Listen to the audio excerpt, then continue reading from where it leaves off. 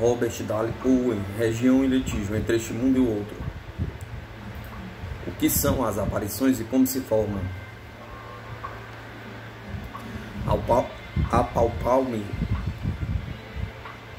Apalpa-me e vede, pois um espírito não tem carne nem ossos, como vedes que eu tenha. Lucas 39.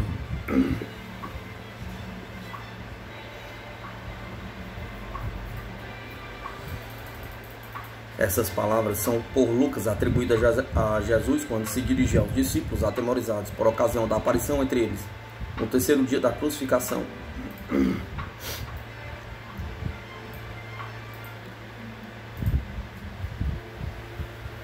Elas não são narradas por outros evangelistas, pois João diz apenas que Jesus lhe mostrou as mãos e os quadris.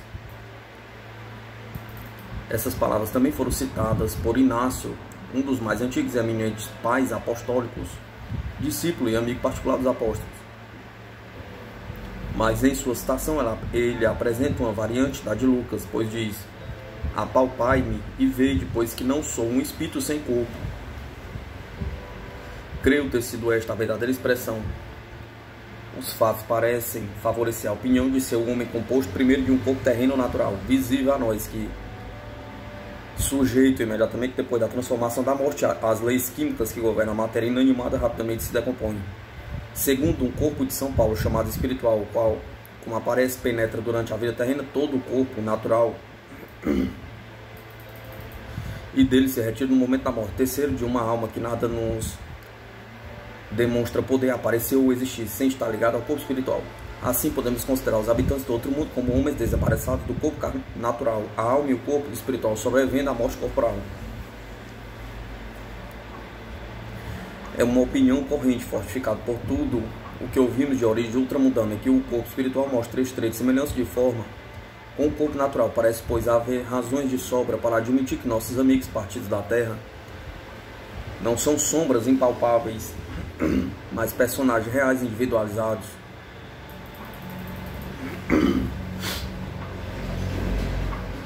que reconheceremos no outro mundo como os conhecemos neste, somente as formas apresentando talvez a expressão mais calma de uma individualidade mais nobre. Esse corpo espiritual não é usualmente visível aos olhos humanos. Somente o podem ver aqueles que, segundo São Paulo, possuem o dom de distinguir os espíritos. Por esse dom natural, os videntes, sem dúvida, veem o corpo espiritual animado pela alma. Não nos surpreendamos, pois, de ouvir John Stuart Mill dizer que os homens não devem tomar o limite de suas faculdades como limitação inerente dos modos possíveis da existência do universo. Como, porém, esse dom de distinguir os espíritos é raro, e essa prova só pode trazer convicção ao próprio vidente. É claro que, para que as pessoas não videntes tenham a mesma convicção, deva apresentar-se à sua vista alguma coisa mais material que o corpo celestial, pois este pertence à seguinte fase da nossa vida. A evidência por mim colhida leva-me a declarar que um espírito pode, em certas ocasiões e provavelmente ajudado por outros espíritos, fabricar um corpo passageiro, assemelhante-se ao que teve na Terra, mas desaparecendo à vista, especialmente quando exposto à luz terrena. Estando assim em perfeita concordância com o caráter dos atuais fenômenos, a seguinte expressão de um poeta: ela sumiu-se ao canto do galo. Os que têm sido a aventura de testemunhar essa produção da arte espiritual em suas várias fases, afirmam que quando as condições são favoráveis, ela se mostra às vezes maravilhosamente perfeita e mesmo transcendentalmente bela. O Dr. Gray, um dos observadores mais meticulosos e desapaixonados, me disse que uma das ocasiões acima referidas em que a imagem do Dr. Franklin se apresentou, ele fixou firmemente os olhos da figura e neles pôde notar a sua vivacidade e a expressão características, e mesmo a mudança dessa expressão, de conformidade com o que se estava passando. O brilho vivaz desses olhos, disse ele, produziu-se a convicção de ser o velho filósofo mesmo e não um outro, que ali se achava assentado à minha frente.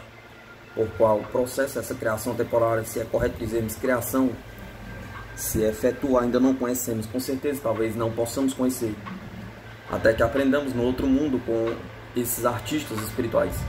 O que nos parece justificado como conjecturas é que há uma transpiração invisível no organismo humano, no de todos os seres, mas principalmente no corpo dos sensitivos espirituais.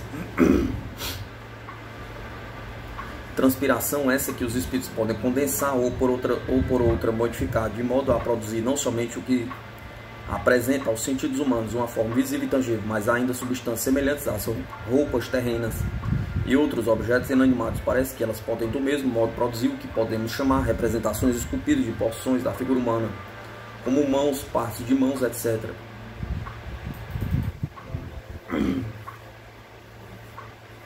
Lembremos-nos, porém, sempre de que a realidade de um fenômeno é independente da sua explicação. Eu mesmo já tive a oportunidade de testemunhar os fenômenos supramencionados. Aparecimento distintamente visível de porções destacadas de uma figura humana. Na noite de 27 de junho de 1861, estive em casa do Sr. Underhill. A senhorita Underhill propôs que, em vez de efetuar ali a sessão, a transferisse para a residência de sua mãe, o número 66 da rua 46 Oeste, a fim de que sua irmã Kate pudesse fazer parte do círculo. Assim o fizemos, preparando-nos para a sessão na sala inferior. E notando que as portas não eram fechadas à chave, propus fôssemos para a sala superior, com o que todos concordaram. Pelos golpezinhos me disseram que fechasse as portas, o que fiz, pondo a chave no bolso. Examinei com cuidado toda a sala, que não tinha armários nem lugar algum reservado. Depois convidaram-nos a apagar o gás. Dentro de poucos minutos ouvimos 3 ou 4 golpes violentos, como produzidos por pesada caixa-mora batendo na mesa. Seguiu-se um intervalo de inquietação de uns 15 minutos, ao fim da qual apareceu de súbito entre a senhorita Kate e a senhorita Underhill a figura de um ombro. A mão não era distinta, mas o braço era bem formado e parecia ser de mulher de proporções medianas, com o cotovelo dobrado e a parte inferior voltada para cima. Acima da figura havia uma luz cujo ponto de emanação não era distinto e cuja claridade assemelhava-se à de uma lâmpada ou candeeiro. O braço se mostrava claramente a essa luz do pulso até o ombro, mas os contornos não eram bem definidos, apresentando-se esbatidos como se vê nas gravuras não coloridas. Desse braço pendia a manga que descia até 5 ou 6 polegadas e assemelhava-se a uma gaze semi-transparente. Braço e ombros se aproximaram, movendo-se por cima da mesa e passando pela frente da senhorita Underhill, até a distância de 7 ou 8 polegadas, balançando-se a manga com o movimento do braço. Aí se conservou cerca de 1 minuto, depois desapareceu e reapareceu por 3 vezes, com intervalo de 4 a 5 minutos, de modo a podermos observá-lo com segurança, pois a luz, qualquer que fosse o seu ponto originário, se movia com a figura aparecendo e desaparecendo com ela. Não pude distinguir a cabeça nem rosto algum acima desse braço, mas contínuo a ele havia alguma coisa mal definida, que parecia a pequena porção de uma forma humana. Depois de algum tempo, a aparição luminosa mais brilhante que a primeira mostrou sobre a mesa deteve-se a uma distância de 4 ou 5 polegadas da minha face, assemelhava-se a um cilindro iluminado do interior.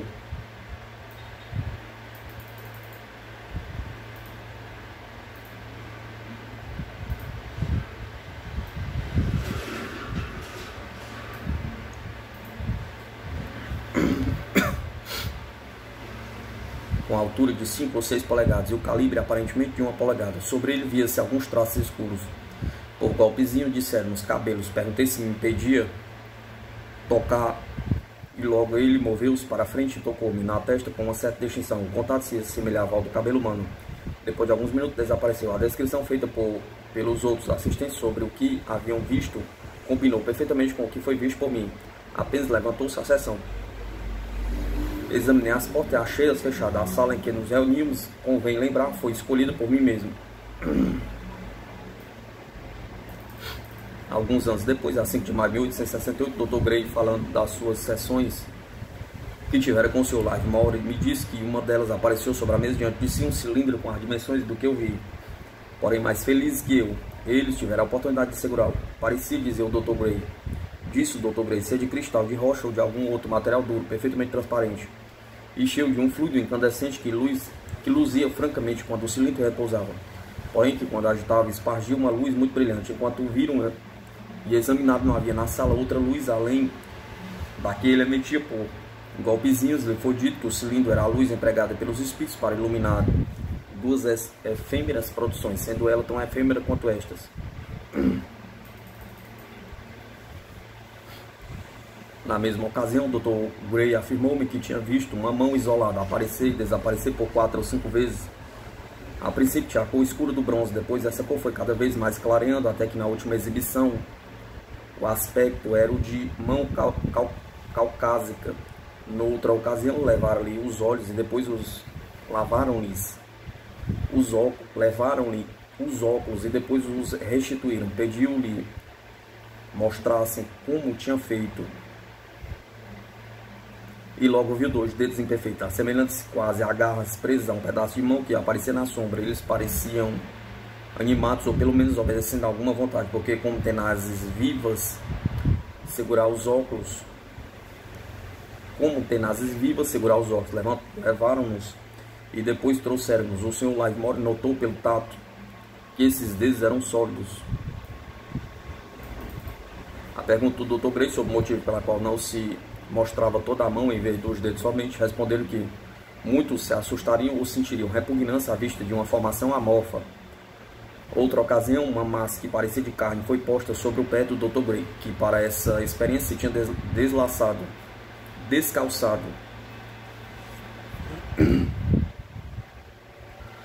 Deixada ali a seu pedido por algum tempo, ela tornou-se intoleravelmente quente e ele supôs mesmo que se continuasse iria queimá-lo.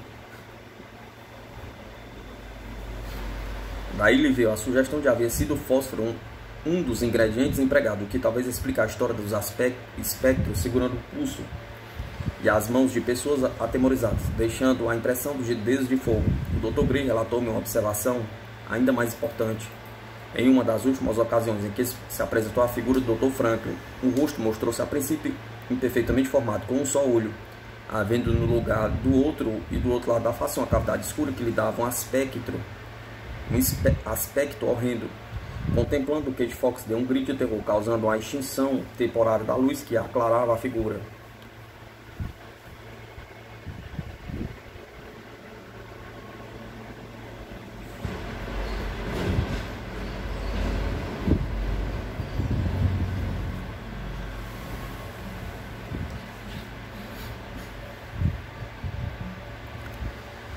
Criança tola, exclamou o doutor, segurando-lhe as mãos. Não vês que está interrompendo uma das mais interessantes experiências que se tem feito no mundo?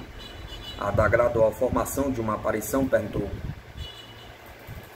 Essa apreciação filosófica do caso acalmou gradualmente os nervos excitados de Kate e expeliu seus terrores supersticiosos, de modo que, quando depois de um intervalo de menos de 5 minutos, a face do sábio reapareceu com suas feições perfeitas e a expressão de calma e bondade. Foi ela a primeira que exclamou, bonito. Isso deu-se em uma das últimas sessões a que o Dr. Gray assistiu. Em muitas ocasiões anteriores a essa, como ele mesmo informou,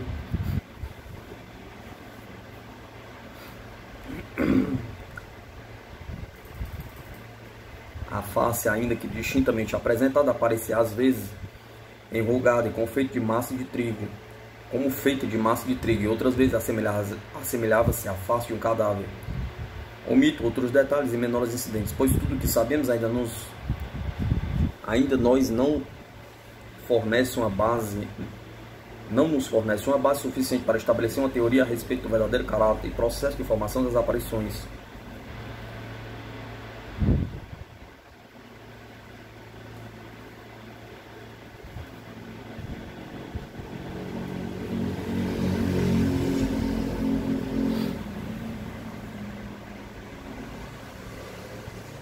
Não duvido que mesmo neste mundo possamos algum dia saber muito mais sobre essa matéria. Essas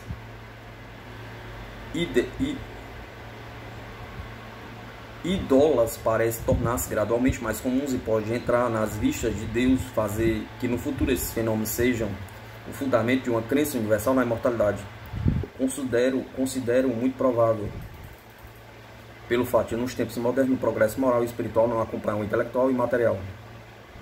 A capacidade mental ou física, porém, tem um valor duvidoso. Se o elemento ético ou religioso lhe não der uma benéfica direção, não vejo como um tal elemento civilizador se possa manifestar em pleno poder, prevalecer contra o erro e o vício de dominar a nossa raça sem um auxílio não de uma crença vaga adotada com credos escritos, mas em uma viva, fume e ardente convicção, como aqui fornece a evidência dos sentidos, da existência de um mundo melhor, onde todos os pensamentos e atos terrenos, por mais que aqui se ocultem, produzirão infalivelmente seus frutos, de modo que os sentimentos e os atos maus têm sempre como inevitável consequência as penas e sofrimento, e os bons uma vida de venturas que ainda não nos é dado conceber.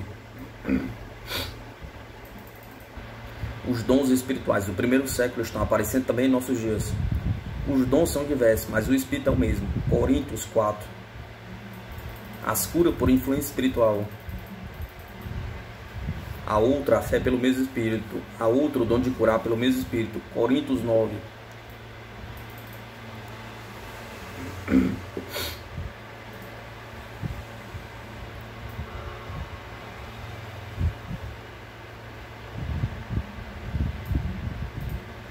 Os fatos comprovativos da coincidência substancial entre os sinais e as maravilhas narradas nos evangelhos e as manifestações do nosso tempo mereciam um volume. No entanto, só lhe posso dedicar 2 capítulos. Se esses assuntos for tratado convenientemente, os resultados a favor do cristianismo estarão acima de tudo que se pode calcular. Hoje, 1800 anos depois do seu aparecimento, não era concebível uma evidência comprovativa da narração evangélica mais forte do que o fato. Se é um fato das obras maravilhosas e dons espirituais de caráter nos ali mencionados se manifestarem entre nós, se elas se dão hoje, não há razão para crer que tenham sido outrora imaginados ou inventados pelos evangelistas por Paulo. Se hoje elas aparecem, se ainda teimam em consolidar a fabulosa a narração evangélica, não sei que outro fato velho de 2000 anos possa ser aceito com alguma evidência histórica. César pode não ter vivido em Roma, nem ter sido morto no Senado. Sócrates bem pode não ter consumido a vida ensinando a filosofia, nem tê-la perdido em defesa das verdades que pregavam.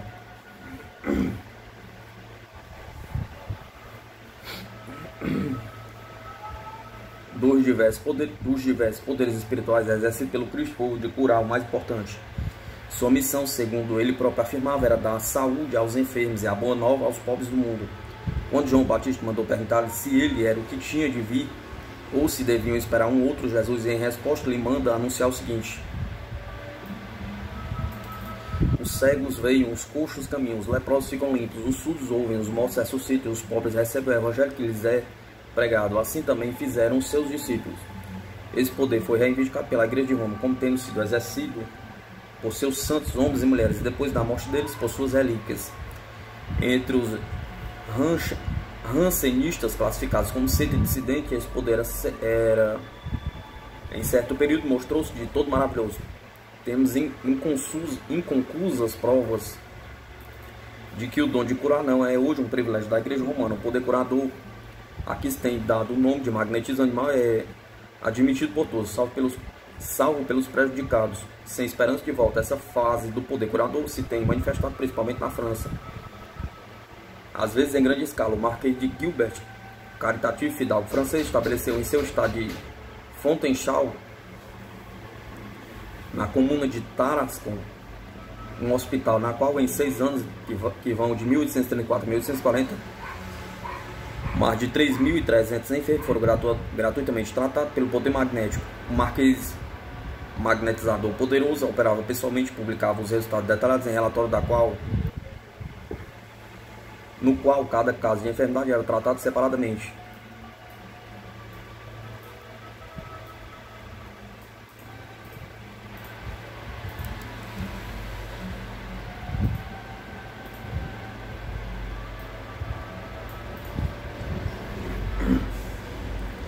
Mas a metade dos enfermos por ele tratado se mostrou suscetível de cair num sono sonambúlico, ao passo que mais de 500 ficaram impassíveis à influência magnética. Cerca de 3/5 desses doentes tiveram alta. 1.948 pessoas tiveram alta por terem sido curados nesse hospital. 375 saíram muito aliviados. Não afirmo que eles tinham sido curados por agência espiritual, porém essas curas foram operadas por influência com que estamos pouco familiarizados e que nas épocas passadas foi muitas vezes considerada miraculosa. É uma questão ainda não resolvida se um magnetizador empregando um agente oculto e imponderável e com sacrifício próprio, como o Marquês de Gilbert, para dar alívio aos sofrimentos humanos, deixe de receber um auxílio espiritual. Creio que a força da evidência é favorável à teoria de que isto, as mais das vezes, é real. Julgo-me feliz por vos poder fornecer duas narrativas fortalecidas com as citações dos homens, lugares e datas nas quais não se pode racionalmente negar que a força curadora tenha sido espiritual.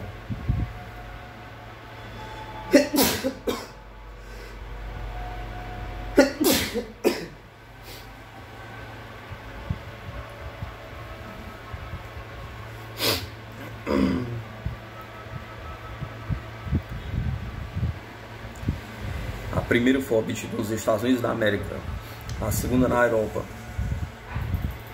Paralisia do nervo motor. No mês de fevereiro de 1858, uma dama, mulher do Sr. Davis de Providence, Rhode Island, residia em sua própria casa, nas vizinhanças dessa cidade. Aconteceu que certa manhã, quando um grande e possante cavalo se achava arreiado em frente da casa, uma criada passando descuidadamente junto do animal com o carinho em que estava. A filhinha da senhora Davis deixou cair o varal do carrinho perto da pata do cavalo. A senhora Davis, vendo o perigo que corria, a filha atirou-se à frente do animal e segurou-lhe de súbito a rédea com a mão direita, o que fez com que ele se empinasse violentamente, de modo a quase levantá-lo do solo. Ela conseguiu, contudo, afastá-lo da filha, que assim se salvou.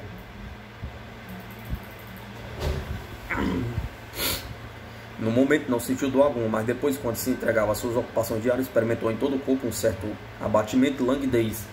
Às 10 horas da noite, quando ceava, sentiu pela primeira vez uma dor no cotovelo. Depois, quando quis utilizar a mão direita, não mais pôde fazê-lo, sendo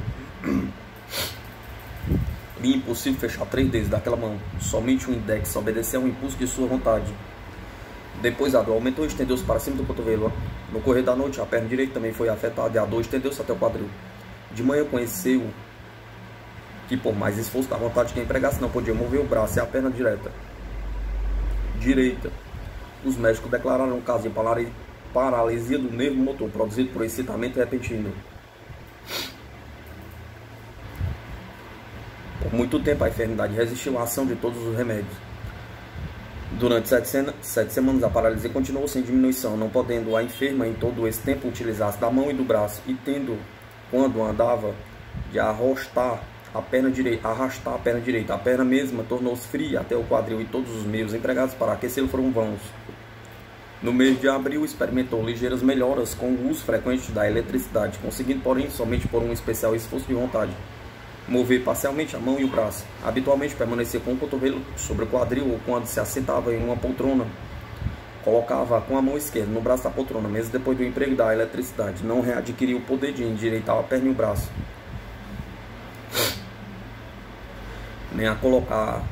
nem o calor da perna foi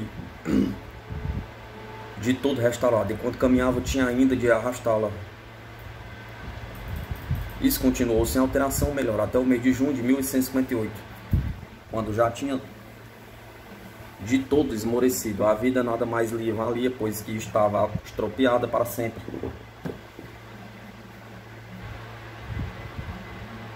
Era pesada aos amigos e inútil à família. Deu livre curso às lágrimas e ao desânimo.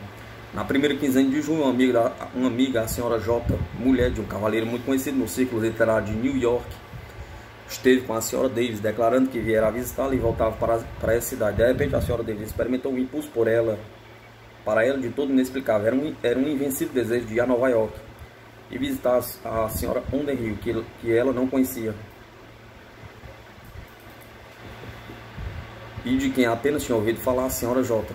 disse a esta que, se ela se demorasse mais um dia em sua companhia, acompanharia a Nova York para a visita à senhora Underhill, na esperança de melhorar seu estado. A senhora J. consentiu. Deixaram a província na tarde de 3 de junho.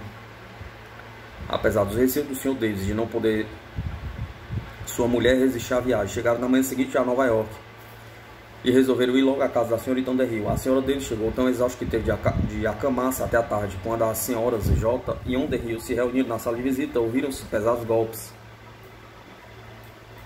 que aconselharam a tomar assento ao redor da mesa do centro. Antes de o fazer, a senhora Underhill pediu à senhora Davis, para a satisfação dela própria, que examinasse a sala e a mobília. A senhora D, por delicadeza, a princípio recusou-se, mas, à vista da insistência da senhora D, procedeu a um exame rigoroso, nada descobrindo de suspeito debaixo da mesa ou em qualquer outro lugar, ficando convencido de que, além delas, ninguém mais se achava na sala.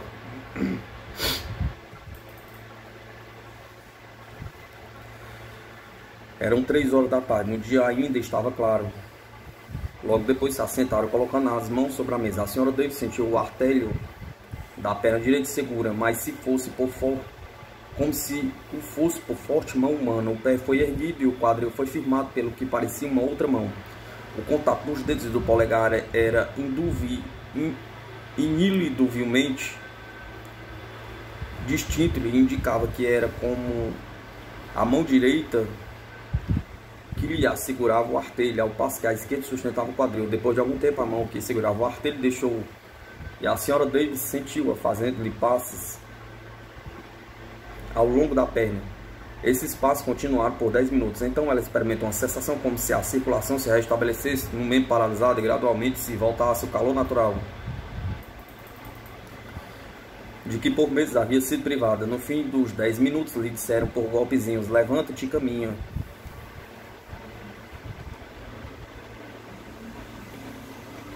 A senhora Davis levantou-se e achou com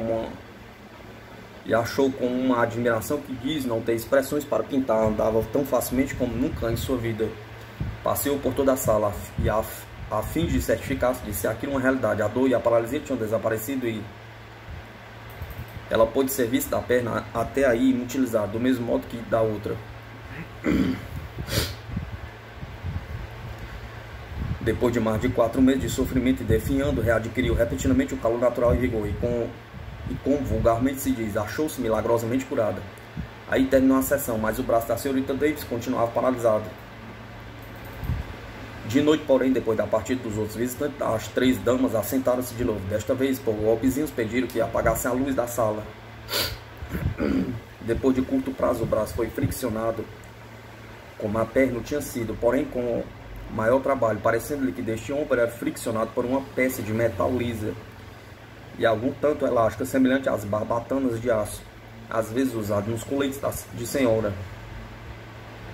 Depois de continuar por algum tempo, o que lhe parecia a peça de aço foi posta sobre a mão direita, e por golpezinho lhe mandaram fechar os dedos. Ela notou então que podia fazê-los com firmeza. A peça lhe foi violentamente arrebatada.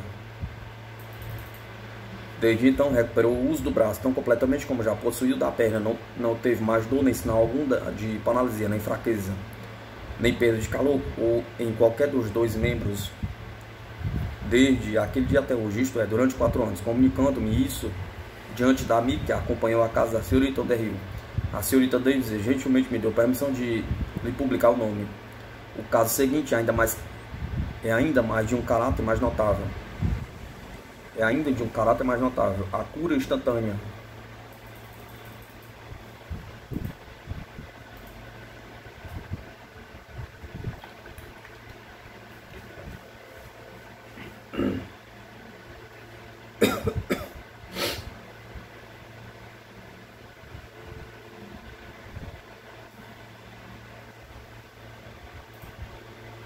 O fato ocorreu a 13 de abril de 1858, em Passy, perto de Paris, na sala de visita do Sr. B, cavaleiro que ocupou um cargo importante na corte de Luís Felipe. A dama que foi objeto dessa cura, senhorita Emma Kidd, é esposa do Sr. A. Kidd, cavaleiro de fortuna independente, filho do falecido general Kidd, do exército inglês, e tem muitos filhos menores. A família residia então em Paris. A senhora Kidd, durante mais da metade de sua vida, sofreu de uma grave enfermidade por 25 anos. Padeceu de uma moléstia cardíaca, cuja violência gradualmente crescia. Ao tempo em que se deu o fato que estamos narrando, tinha ela atingido a um ponto tal que lhe causava cruel inquietação, privando-a de qualquer sossego durante a noite. Só podia deitar-se do lado direito, e sobre as roupas da cama se percebia sensivelmente a pulsação forte do coração. Se buscando algum alívio, assentava-se numa cadeira de braço. Era-lhe impossível reencostar-se. Tão violentas eram as palpitações. Só andava com muita dificuldade, devagar por curtos lances, e frequentemente tinha de ser carregado para transportar uma escada. para transpor uma escada. Apesar de gostar extraordinariamente de cantar, foi forçado a abandonar o canto de todo. Não era esse o seu único mal. Sofria também de uma diarreia crônica que já durava 6 anos e que dava motivo a que só se alimentasse de pedacinho de pão torrado, carne assada, arroz e às vezes um pouco de chá. Mesmo com essa dieta, era obrigado a recorrer diariamente a fortes medicamentos, não lhe sendo possível impunemente fazer a viagem de 1 hora ou visitar uma amiga sem tomar previamente uma dose preventiva. Essa moléstia lhe produzia frequentemente violentas câimbras e espasmos. Sofria também de um prolapso do útero de caráter grave, juntamente com a mão da bexiga, acompanhado da afecção da uretra, produzido penosa obstrução. Acerca de tudo isso, então consultou o Dr. Phillips de Paris.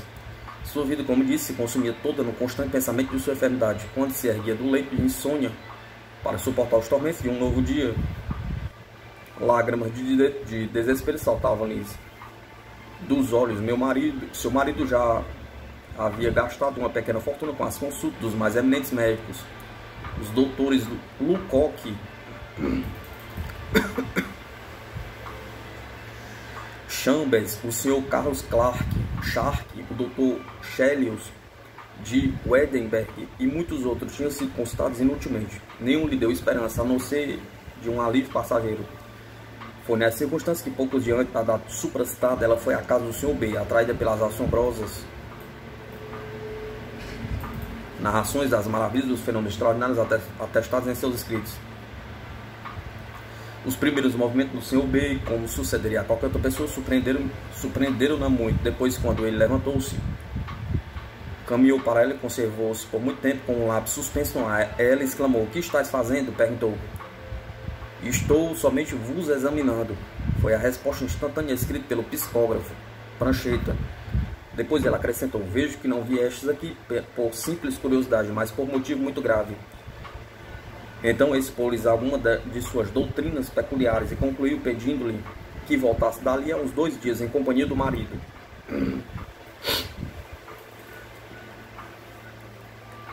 A noite de 12 para 13 de abril foi para a senhora Kidd uma das mais penosas. Ao despertar, sentiu-se inteiramente incapaz de fazer a prometida visita. Encorajou-se, porém, e fortalecido com a dose do seu medicamento azul, levando consigo outra dose para a volta, compareceu com o marido à casa do Sr. B. Aí encontrou 7 ou 8 amigos do Sr. B, reunidos, e assentou-se em um canto da sala para observar o que se passava. Eles faziam experiência com o psicógrafo, a qual, como costumava fazer, 2 filhas do Sr. B fortalecia com o seu contato. Os resultados obtidos pareciam a senhorita Kidd ainda mais surpreendentes que os da primeira vez, e quase fora de si, involuntariamente exclamou: "Isso parece ter alguma coisa de divino, e creio dever obedecer ao que por esse meio me mandam fazer no mundo." "É enorme a vossa fé, senhora Kidd", disse um dos presentes. Pouco depois o psicógrafo escreveu: "Emma, venha cá." Ela chegou-se para a mesa e a escrita continuou: Toma uma cadeira e assenta-te." Feito isso, o psicógrafo acrescentou: "Mais para a esquerda, mais perto de mim." Aproximou-se mais do psicógrafo. "Serás curadas", escreveu. "Ser-te-á dado segundo a tua fé." Então, repentinamente, como a sombra de todos os presentes, o psicógrafo ergueu-se de cima da mesa, acompanhado pelas mãos das filhas do Sr. B, e pousou na região do coração da senhorita Kidd.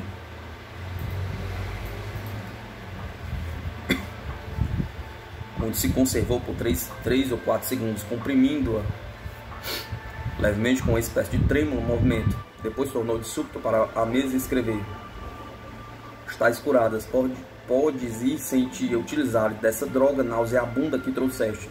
Come de tudo que quiseres, como fazia antes de adoecer. Faz-o, não duvides, e fica certo de que tudo irá bem." A senhorita Kidd informou-me que nenhuma palavra pôde exprimir o poderoso sentimento, a emoção superior a tudo que ela havia experimentado em sua vida, que a dominou, dando-lhe a crença na realidade da sua cura. Ela pareceu sentir, como disse, uma revolução em todo o corpo e à volta de muitos de seus órgãos ao seu estado normal. Respirou longo e profundamente, sem esforço, sem sofrimento algum, e levantou-se e caminhou, tendo readquirido um antigo vigor.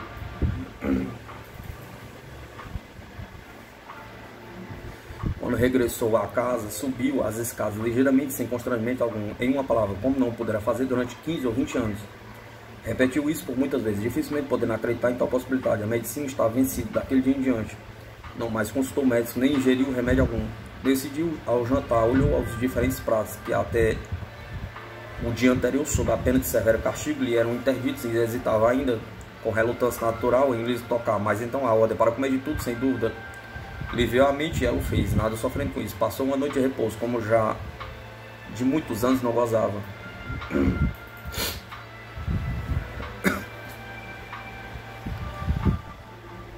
Tinham passado mais de um ano e durante esse tempo não se lhe manifestou sinal algum de retorno de qualquer das enfermidades que tinham feito da metade de sua vida um longo martírio. Ela me declarou, Ulisses, ser impossível descrever a satisfação e a admiração que sua cura produziu, e com o gozo que começou nova vida, afigurando-lhes sempre ser tudo antes um belo sonho que não uma realidade terrena. Qual escreveu o psicógrafo, a cura não foi mais que o resultado da fé potente da senhora Kidd. As particularidades desse caso maravilhoso me foram primeiramente fornecidas pelo Sr. B, cavaleiro em cuja residência o fato se dera, e a quem visitei em Londres em janeiro de 1859, depois com todos os detalhes durante a minha estada em Paris pela própria senhora Kidd, na presença do seu marido, que confirmou a narrativa em todos os pontos, pelo seu ardente desejo de servir a causa da verdade, em sinal de gratidão a Deus por esse benefício tão inesperadamente recebido. A senhora Kidd me permitiu, com assentimento do marido, que publicasse sem ocultar o nome, à vista da peculiaridade da circunstância. Eu, a princípio, relutei em aproveitar-me de tão generoso oferecimento, como fiz também no caso da senhorita Davis. Mas, refletindo melhor, decidi que, no interesse da verdade e da ciência espírita, não tinha o direito de recuar de um tal ensejo de autenticidade.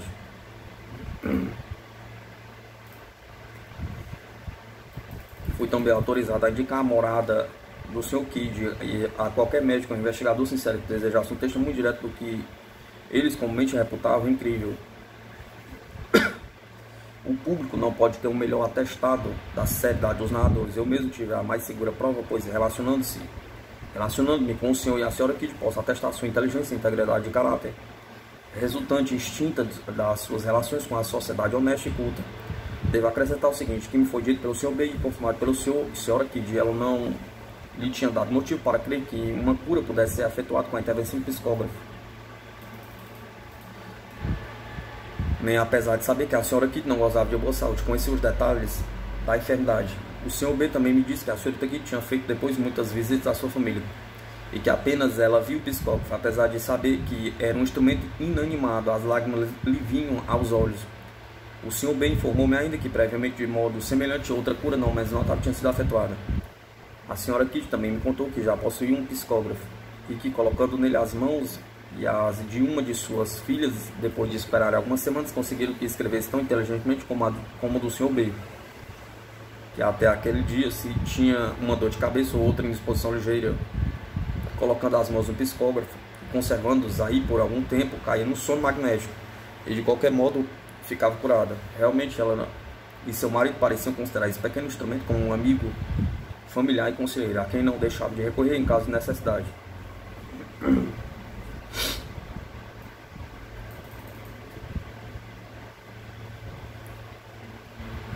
Poderia encher centenas de páginas com os detalhes de cura produzidos entre nós pela influência magnética ou espiritual.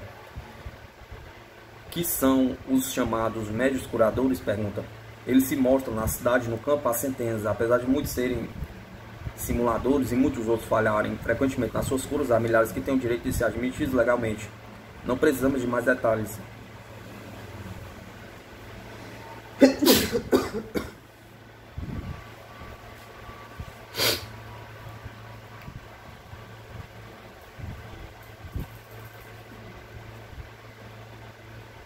A prova de que o dom de curar é inerente a certas naturezas favorecidas é tão completa e tão suscetível de evidência como a de que há homens e mulheres que já nasceram com o dom da poesia e da música.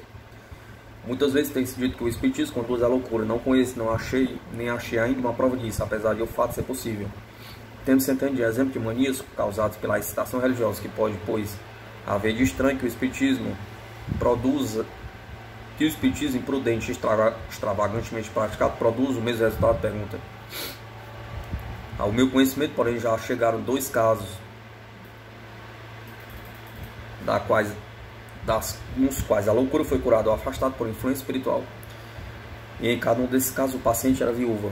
Durante muitos anos anteriormente, em 1860, a senhora Kendall esteve recolhida no asilo de lunáticos de Somerville, perto de Boston.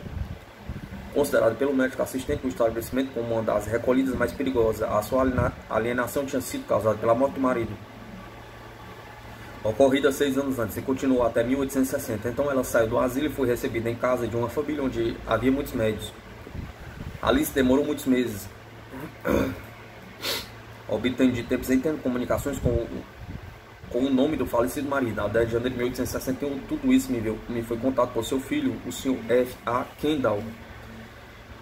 Sua mãe achava-se então em casa dele, completamente curada. Ele me disse que não era um espírita por não ter tido ainda uma prova suficiente, porém que acreditava francamente que a cura da sua mãe fora somente devido à sua estada entre espíritas e a consoladora certeza que aí encontrado de que seu marido, a quem tinha sido afeiçoada em vida, continuava a viver e a pensar e a velar por ela.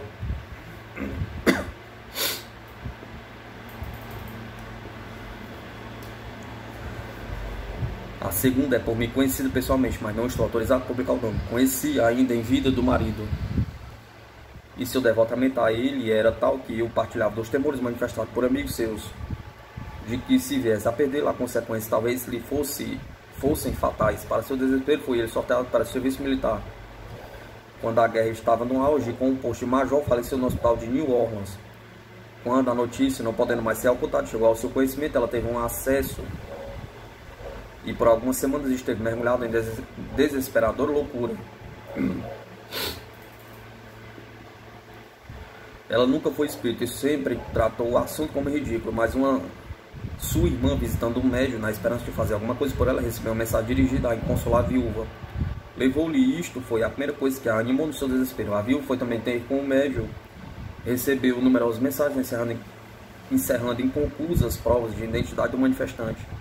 Foi-se esclarecido cada dia mais, e quando a encontrei muitos meses depois, havia já recuperado todos a sua jovialidade e me disse que sentia que K, nome familiar do marido, estava vivo, conversava com ela.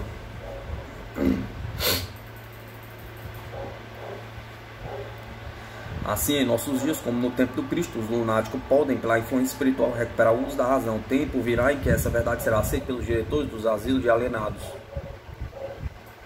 Outros dons espirituais.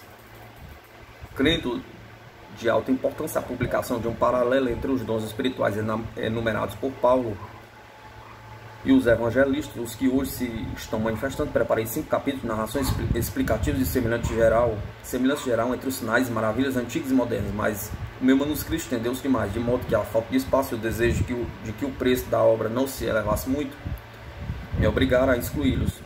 Se eu escrever outro livro, essa omissão será reparada. Entretanto, algumas referências ao assunto são aqui bem aceitáveis. Alguns exemplos realmente notáveis do dom da profecia, que Paulo considera um dos principais, exibidos durante o sonambulismo,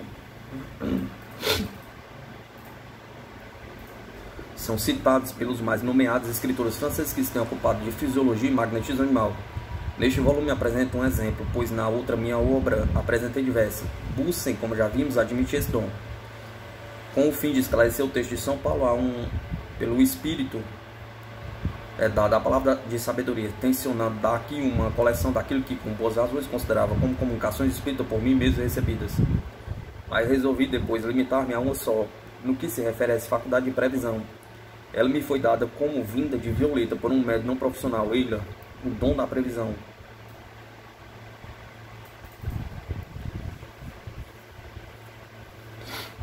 Existe uma faculdade que não é mais que um complemento da memória. A memória faz com que vejamos como presente aquilo que já existiu, porém que agora realmente não existe mais. Do mesmo modo, essa outra faculdade aqui, chamamos previsão, faz com que vejamos como presente aquilo que realmente não existe hoje, porém há de vir depois. Aquela faz um ver o passado, este o futuro. A faculdade da memória, porém, é possuída e mais ou menos apurada pela generalidade dos homens, ao passo que o da previsão é comparativamente um privilégio de poucos. E mesmo assim, em graus diversos, indo de um fraco pressentimento ao aviso, até a previsão prevista, até a perfeita previsão. A previsão, apesar de não ser comum, é uma faculdade natural como a memória, e se nos manifesta tão claramente, ou mesmo ainda mais que esta, referente-se a fatos relativamente mais afastados de nós. Em certas condições podemos prever melhor que recordar, porque os nossos sentimentos no presente se associam menos às nossas previsões que às nossas recordações. Como na realidade não existe o baixo e alto, que não são mais que posições relativas a nós, assim relativamente ao tempo, não há em certos sentidos passado nem futuro. Se essa faculdade de previsão não se tivesse manifestado sempre em todas as épocas do passado do mundo, os profetas e as profecias não teriam a voga que tem.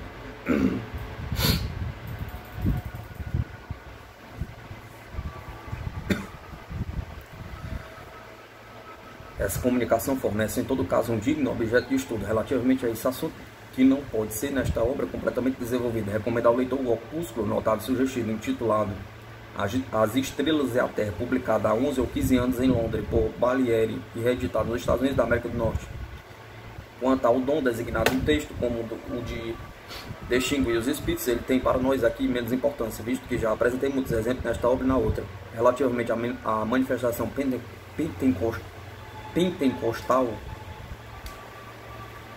pentecostal ou ao dom de falar diversas línguas, o mais notável exemplo moderno que chegou ao meu conhecimento foi o que se deu em Londres, na congregação do Reverendo Irving, o qual, como já vimos, foi reputado genuíno por um pensador da ordem de Baden-Powell.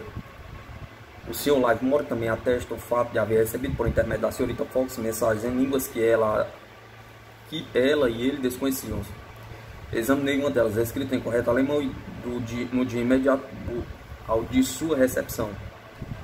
Havia também o poder que Jesus manifestou junto ao poço de Jacob, o da percepção das coisas ocultas do passado, manifestação que deu lugar à exclamação da samaritana aos seus vizinhos: vim de ver um homem que me repetiu todas as coisas que eu tenho feito.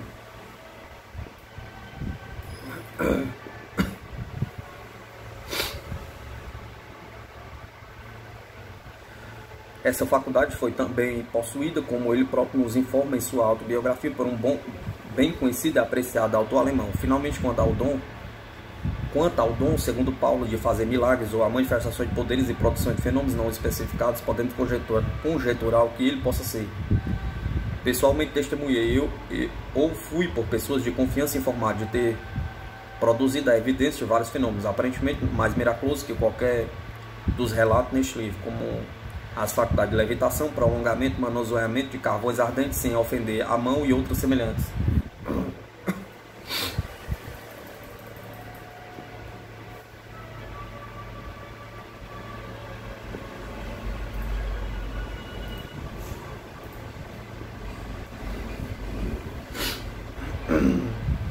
Quanto a algumas dessas manifestações, não posso, ainda mesmo que o espaço permitisse, dar publicidade a evidências que tenham em meu poder. Não duvido que no correr dos anos acumule-se as provas de que vai tendo seu cumprimento entre nós a promessa do Cristo aos seus continuadores, de que eles fariam as mesmas coisas e maiores obras que as suas.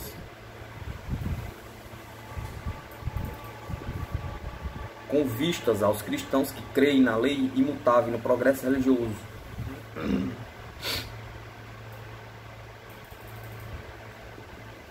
Um autor que busca escrever, tendo em vista o melhoramento da sua raça, deve, antes de se despedir dos seus leitores, apresentar-lhes uma recapitulação clara do que pretendeu fazer e de modo por que o fez. Esse sumário é dirigido àqueles que estão convencidos do reinado universal e persistente da lei, que acreditam no progresso espiritual constante e no completo triunfo dos ensinos do Cristo, como sendo a religião da civilização.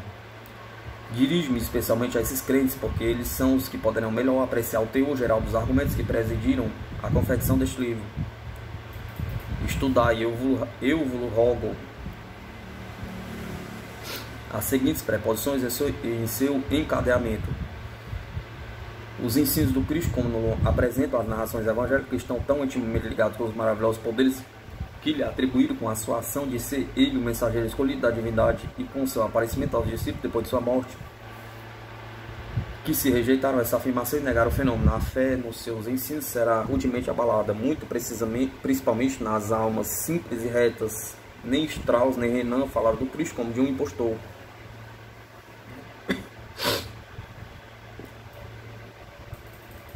Conquanto o virtual efeito de suas teorias em relação aos sinais e maravilhas do primeiro século seja apresentado como cúmplice de uma fraude. Mas um sistema espiritual que se baseia numa fraude tem fracos motivos para ameaçar a religião do mundo civilizado. A Igreja de Roma reconhece essa verdade, mas pelo fato de não crer na invariável lei com que Deus a governa, com que Deus governa, nem na lei natural que preseja a manifestação dos fenômenos espirituais.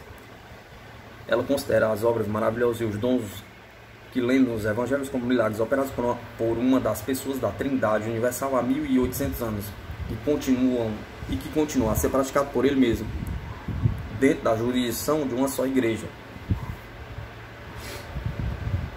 Ela repele todos aqueles que negam os milagres como se negassem que essas obras, esses dons tenham existido e os anatematizam como malditos de Deus.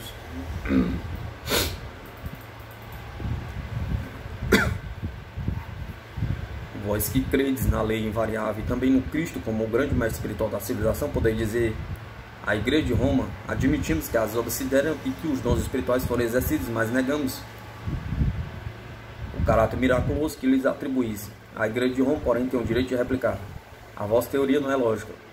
Dizeis que as obras e os dons em questão se apresentaram de conformidade com a lei natural, e afirmais também que as leis naturais e perpétuas, assim sendo a lei que regula o aparecimento dessas obras e dons, parece que devia continuar inalterável.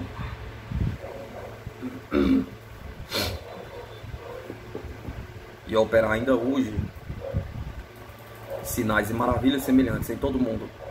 Isso, porém, não acontece. Eles só se dão dentro da nossa Santa Igreja, somente na Igreja do Cristo, em nenhuma outra parte. Eles são ainda uma obra do Cristo, não obedecendo a lei alguma natural, mas entre nós, exclusiva e miraculosamente, como prova de que a Igreja Católica é a sua igreja e de que ele não reconhece outra. É um forte argumento. Ela tem convencido milhões de pessoas ao seu poder.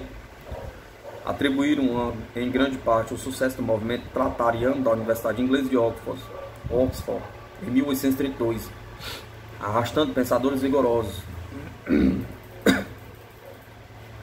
como John Henry Newman e outros da sua escola. Ao seu poder foi devida a maior parte do entusiasmo, as convicções sinceras e da fé capaz de todos os sacrifícios que se mostraram na Igreja de Roma.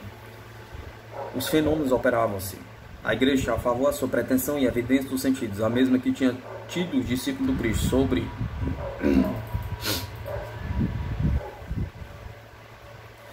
isso. Ela baseou o seu direito de canonizar, o que foi o mais completo dos seus triunfos. Agora, o que devemos responder? Pergunta. Que os fenômenos não se produzem dentro da jurisdição do catolicismo romano? Pergunta. Isso, examinado, ficaria reconhecido como não sendo real, e os homens continuaram a crer que eles ali se operam, ficando vós derrotados nesse ponto. Como se vê que o tem sido nos últimos 300 anos, mas se eu vos provei nas páginas precedentes que esse fenômeno se produz por toda parte, fora da jurisdição da Igreja Romana, por que motivo só dentro dela se deixariam de produzir? Pergunta. Se, porém, não conseguir demonstrar, o que vos restará? Pergunta. Como respondereis ao catolicismo de Roma? Não podeis negar que a lei universal e invariável que operou no primeiro século deve operar ainda hoje. E se, pelos resultados modernamente conseguidos, não provados, a Igreja de Roma terá razão para dizer-vos que essa lei nunca existiu, e portanto que as obras maravilhosas do Cristo não estavam sujeitas à lei, e que, se não foram milagres, foram um produto da imaginação. Elas vos dirá: escolhei entre Renan e São Pedro. Se tiveres algum meio de fugir a esse dilema, e não sei o que vos indico neste volume, lançai mão dele e publicai-o. E se não puderdes sugerir algum outro, pensai na vossa situação.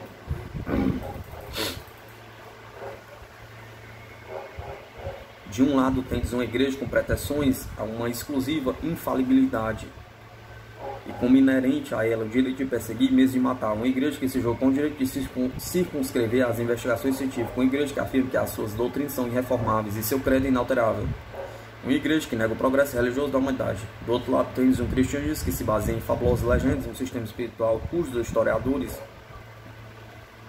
mistificadores ou mistificados, só narram falsidades. Um sistema que pretende trazer à luz a imortalidade, apresentando como prova capital dessa grande verdade uma superstição pueril. Tal é, como todo o respeito devido aos talentos e à sinceridade do homem, o cristianismo segundo Renan.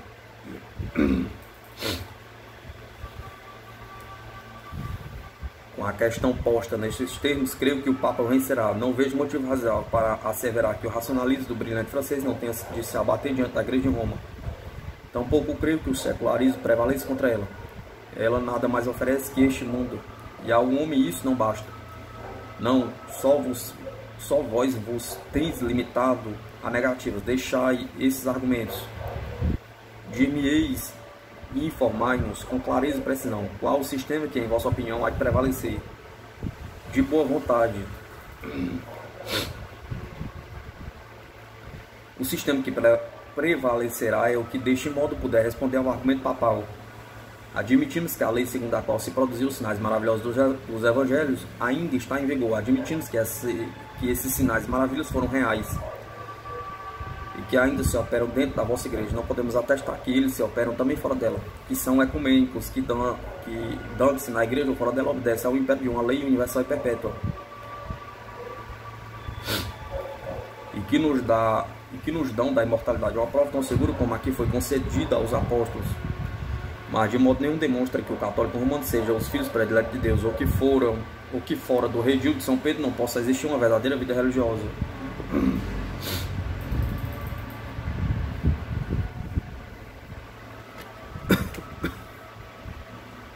Isso não basta, contudo, para termos um sistema que possa responder ao argumento do adversário. Para triunfarmos dele é necessário que nos emancipemos dos erros pelas quais combatemos ou devemos combater a Igreja de Roma.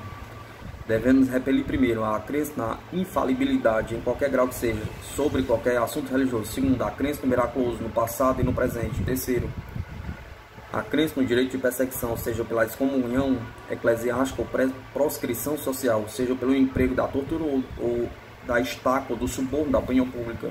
Quarto, a crença no exclusivismo de qualquer igreja ou seita a respeito dos favores de Deus.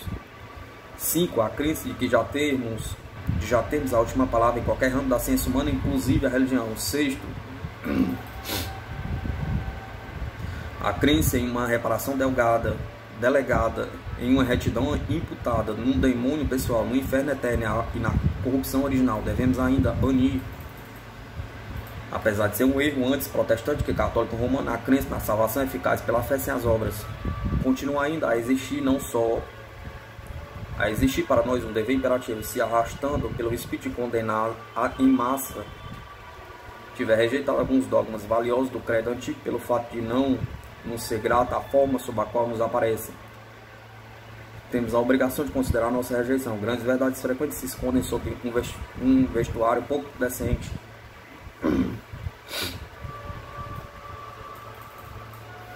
Cumpre-nos refletir antes de firmar nossa crença, não num purgatório de chamas, onde os pecadores só possam libertar-se pela intercessão da igreja, mas num estado de progressão realizado entre a nossa vida presente e as mais elevadas fases da outra. Não na intercessão dos santos, porque não precisamos de que os homens santos vão pleitar a nossa causa diante de Deus, como faziam alguns antigos profetas judeus, mas na grata recepção do auxílio dos sábios conselhos que nos podem vir dos habitantes de um mundo melhor. Não na eficácia das missas pagas, achando favor aos olhos de Deus, induzindo-nos a libertar do fogo do sofrimento daqueles por quem se fazem as cerimônias eclesiásticas, mas na influência da prece fervorosa.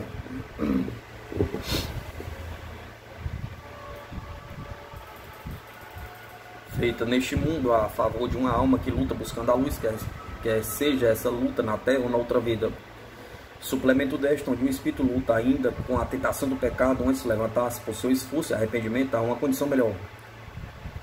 Quanto ao mais julgo que tem maiores probabilidades de conhecer o cristianismo em sua pureza, aqueles que, com os ouvidos felizmente cerrados aos agros murmúrios dos ensinos escolásticos, leem com o espírito de um menino bem educado as lições atribuídas ao Santo Espírito de Deus, os evangelhos sinóticos de Jesus, interpretantes ao clarão dessa luz íntima que o Cristo se referiu tantas vezes.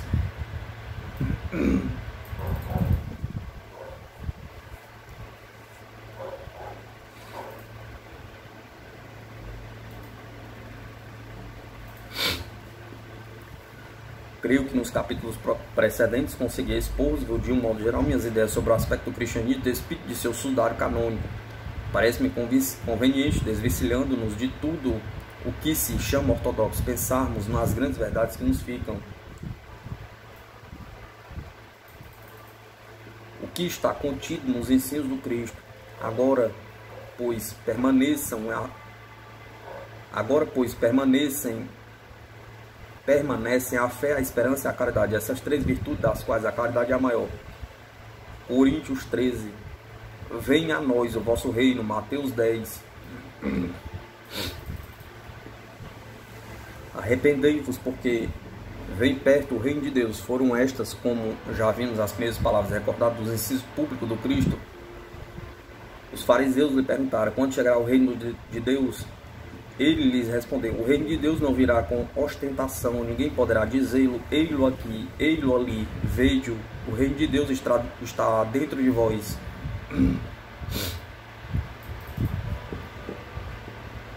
Está dentro de nós a luz, o divino e inextinguível Espírito de verdade. Quão longe vagamos, esquecidos dessas palavras do Cristo, buscando aquilo que se acha no nosso próprio coração. Buscai por meio de profundos estudos descobrir Deus, seu reino e seu Espírito. O Espírito de Deus, porém, não está num sopro forte do dogmatismo devastando tudo em sua passagem, não está no terremoto dos credos guerreiros dilacerando e convulsionando o mundo religioso, não está no zelo ardente que persegue e consegue, mas na voz tranquila e débil, que sem nunca se extinguir, fala na alma de cada um de nós, obscurecida, frequentemente abafada, muitas vezes, por influências adversas e insignificantes cuidados.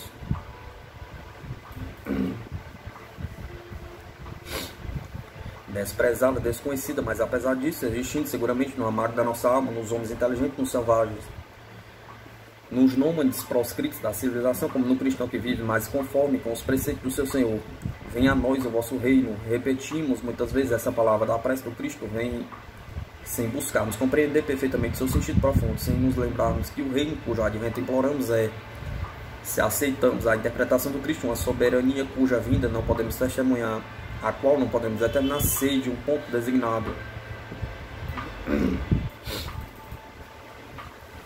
Visto que o trazemos dentro de nós, pedimos mesmo, sem conhecer que o Espírito de Deus se firme dentro de nós e nos dirija.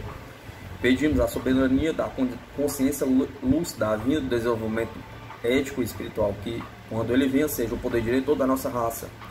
A consciência é o delegado de Deus, dirigindo com justiça o coração do homem. É somente sob a sua direção que o homem terá uma vida satisfatória. Essa é a doutrina do Cristo, com que simplicidade e força ele o exprimiu. Bem-aventurados os que têm fome e sede de justiça, porque serão saciados. Fome e sede não dá vitória de um dogma ou de uma seita.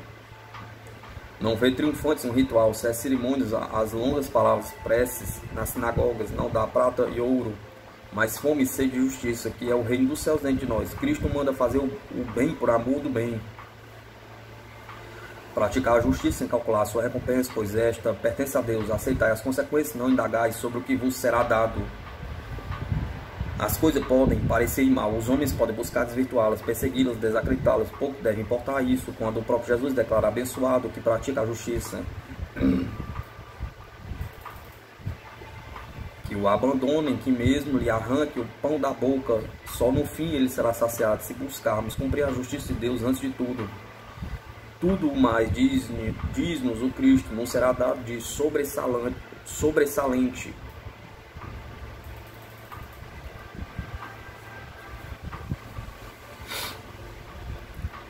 Ele, porém, apresenta isso como um fato e não como um motivo. O motivo deve ser a fome, a sede de justiça e não a perspectiva do lucro.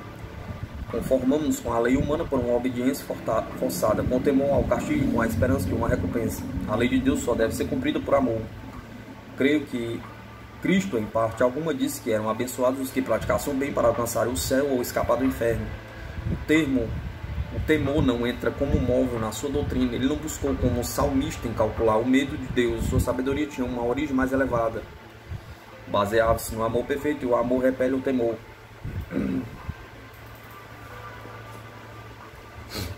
Um poeta exprimiu perfeitamente o pensamento cristão quando disse: somente pelo bem ao bem amemos, não por temor ao inferno, à previdência das venturas do céu seguir, devemos os ditames da nossa consciência.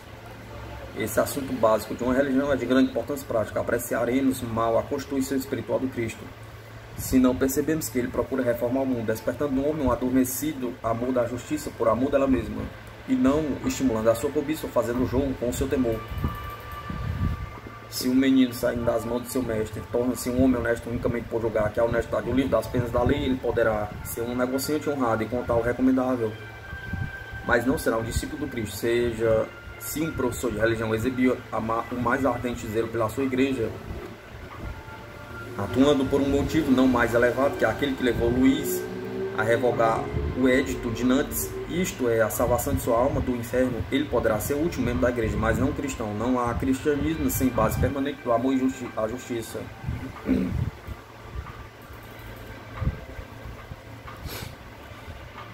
Não desesperemos de que um dia a moralidade pública e privada será a base da civilização.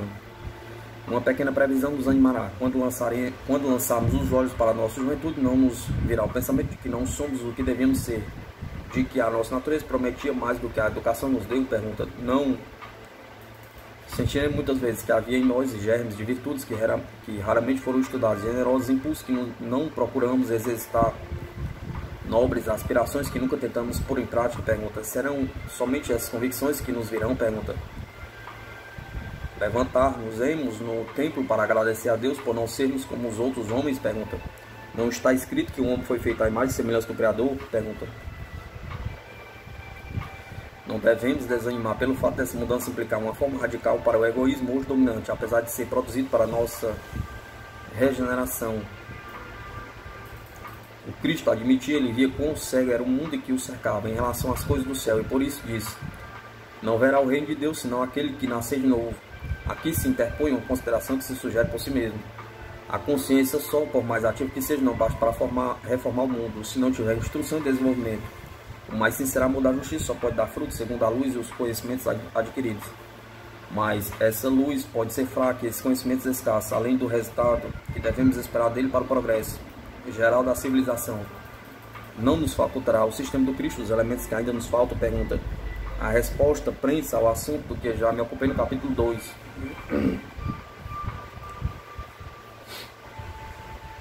Da parte primeira desta obra.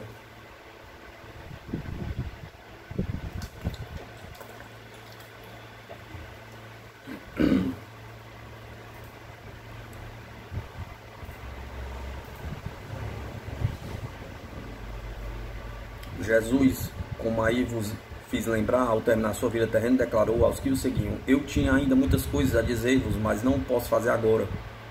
Contudo, o Espírito da Verdade, quando vier, vos ensinará toda a verdade, porque não falará por si mesmo, mas só dirá o que tiver ouvido. Se o Cristo, em virtude do seu poder, previu isso, é porque tal entra nos planos de Deus, que em certa fase do progresso humano permitia que as revelações espirituais ao homem viessem perenemente de um mundo mais adiantado que este. Se o autor do cristianismo indica aí a fonte onde ele crê que a consciência se pode aqui empregar a palavra, irá beber a luz e os conhecimentos, a vós deixa o cuidado de decidir. Nas páginas precedentes vos forneci os elementos para esta decisão. Rogo-vos, contudo, observeis que tem de decidir, não se amassa toda as alegadas comunicações espirituais de hoje poderá educar convenientemente a consciência, mas se quando presidirem no meio da prudência e reverência um espírito de verdade vindo de uma esfera ultramundana e falando não por si mesmo, mas pelo que aprendeu na sua celestial morada, não será o mensageiro espiritual prometido pelo Cristo para regenerar a humanidade? Prometido condicionalmente, pois que a base de tudo, a condição indispensável para que o fato se dê é a lealdade para com a consciência. A promessa foi feita àqueles que têm fome e sede de justiça, e a sua fome e a sua sede que se saciarão na fonte espiritual. Reprimo a tentação de alargar-me sobre isso. Uma recapitulação não quer dizer uma repetição do trabalho. Permitir, contudo, que faça uma negação desnecessária para as almas pensadoras, mas precisa para evitar uma interpretação má. Longe de mim asseverar que em nossos dias e nessa geração a severidade seja sempre deslocada, com as penalidades legais sejam inúteis. Que as penalidades legais sejam inúteis. Ainda menos que não se deva ensinar às crianças os sofrimentos que lhes advirão na prática do mal e os gozos que resultarão para elas na prática do bem, pois que isso é a rigorosa obrigação do educador. Digo, porém, que o Cristo repele, no sentido que ligamos a esta palavra, a força, o medo e o lucro egoísta como move dos nossos atos. Somente vos faço lembrar que para a reforma do mundo, Cristo confia em influências mais elevadas, mais nobres, no impulso tão poderoso como a fome e a sede, na caridade que não visa o interesse, regozija-se com a verdade e prende os homens como uma cadeia de aço à prática do que é justo. Outros ensinamentos característicos do Cristo se nos manifestam claramente. O ensino do perdão em grau ainda desconhecido entre nós. O perdão concedido ao irmão que nos ofende mesmo 70 vezes 7.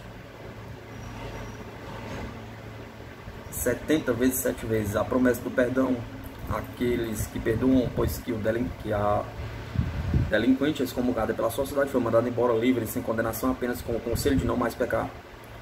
A beneficência, principalmente em favor dos cansados e sobrecarregados, é outra feição pronunciada desses ensinos, do mesmo modo que o auxílio ao pobre, o socorro ao estrangeiro, ao faminto, ao nu, ao enfermo e ao encarcerado, considerado que o fazemos a eles, fazemos a Deus.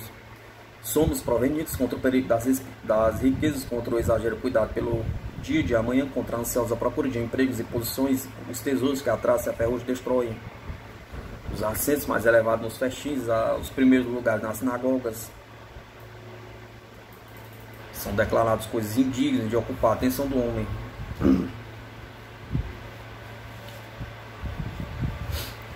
São prescritos a mansidão, a paz e mesmo a não resistência ao mal, que nos queiram fazer a pureza do pensamento nos atos, a resignação à vontade de Deus. Pelo Cristo nós somos animados a ter fé e esperança, baseando-nos na certeza de que o Pai conhece as nossas necessidades e as satisfará antes que nós nos peçamos.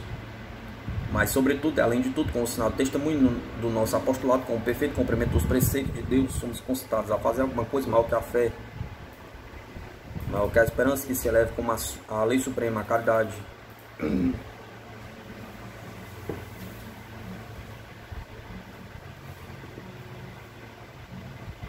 Isso não é mais que um esboço, pois o espaço não me permite dizer mais. Não merecerá esse sistema espiritual a honra de ser considerado como inspirado? Pergunta. Não será ele proveitoso como doutrina, como censura, como correção e como instrução do que se refere à retidão? Pergunta. Pois essa geração possa essa geração prosseguir nas doutrinas espíritas sem nunca se afastar dos seus preceitos, com o auxílio dos espíritos que pela triunfal transformação da morte partirá antes de nós para a feliz região sideral, com o auxílio da plácida voz que nos aconselha a do Cristo, nosso guia principal. Com a segurança e proveito interrogaremos o inexplorado. Precisamos conhecer suas leis, precisamos da evidência que os fenômenos nos dão. Nas fronteiras dos dois mundos encontramos influências muito mais necessárias, muito mais poderosas que qualquer das terrenas. Influências benévolas destinadas a reerguer a moral degenerada e a auxiliar o progresso espiritual.